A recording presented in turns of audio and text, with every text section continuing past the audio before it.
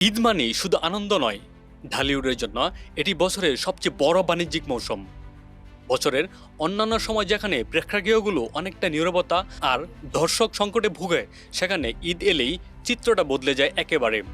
নতুন সিনেমা, তারকাদের উপস্থিতি, দর্শকদের আগ্রহ সব মিলিয়ে তৈরি হয় এক অন্যরকম উত্তেজনা। এবারও সেই ধারাবাহিকতায় ঈদের বড় পর্দায় মুক্তি পাচ্ছে একাধিক সিনেমা। তবে সবচেয়ে বড় আকর্ষণ হয়ে উঠেছে 5 নায়কের মুখোমুখি লড়াই। শাকিব খান, সিয়াম আহমেদ, আফরান নিশু, মোশাররফ করিম এবং চঞ্চল চৌধুরী, এই 5 তারকা 5 ভিন্ন ধাঁচের কাজ নিয়ে হাজির হচ্ছেন দর্শকদের সামনে। ফলে এবারের প্রতিযোগিতা শুধু ব্যবসায়িক নয়, অভিনয় ও কন্টেন্টের দিক দিয়েও বহুমাত্রিক। শাকিব খান ঈদের সম্রাট কি আবারও শীর্ষে? ঈদের সিনেমা আর শাকিব খান, এই সমীকরণটা বহুদিনের। বিশেষ করে সিঙ্গেল স্ক্রিনে তার আধিপত্য এখনও অনেকটাই অটুট।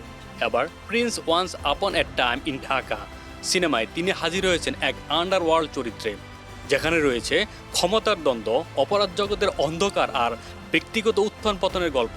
তবে আগের বছরের মতো এবারে তার পথটা একেবারে মসৃণ নয়। শক্ত প্রতিদ্বন্দ্বীর উপস্থিতি তাকে নতুন করে নিজের অবস্থান প্রমাণের চ্যালেঞ্জের মুখে ফেলেছে। সিয়াম আহমেদ চরিত্র নির্ভর অভিনয়ের জন্য বড় পরীক্ষা। সিয়াম আহমেদ বরাবরই ভিন্ন ধারার গল্প ও চরিত্রে কাজ করার জন্য পরিচিত। রাক্ষস সিনেমায় তাকে দেখা যাবে এক জটিল ও দ্বৈত মানসিকতার চরিত্রে, যেখানে প্রেম, সহিংসতা, মানসিক দ্বন্দ্ব সবকিছু মিলে তৈরি হয়েছে এক মনস্তাত্ত্বিক আবহ।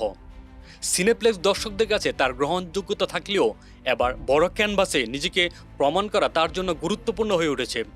এই সিনেমা তার ক্যারিয়ারের মোড় ঘুরিয়ে দিতে পারে বলেও মনে করছেন অনেকে। আফরান নিশু ওটিটি তারকার বড় পর্দার চ্যালেঞ্জ। ছোট পর্দা ও ওটিটির দুনিয়ায় জনপ্রিয় মুখ আফরান নিশু আবার বড় পর্দায় নিজের অবস্থান পাকাপোক্ত করার লড়াইয়ে নেমেছেন। দম সিনেমায় তিনি এমন একটি চরিত্র অভিনয় করেছেন যেখানে বাস্তব জীবনের সংগ্রাম, মানসিক শক্তি এবং টিকে থাকার লড়াই ফুটে উঠেছে।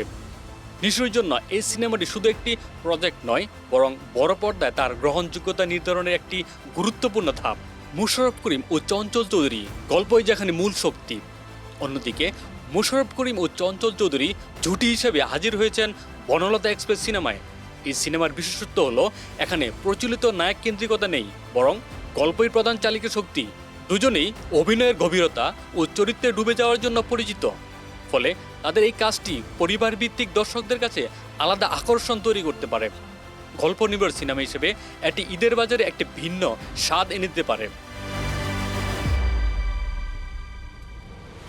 বহুমাত্রিক প্রতিযোগিতা, কে জিতবে দর্শকের মন? সব মিলিয়ে এবারের ঈদে সিনেমার লড়াইটি একেবারেই একমুখী নয়।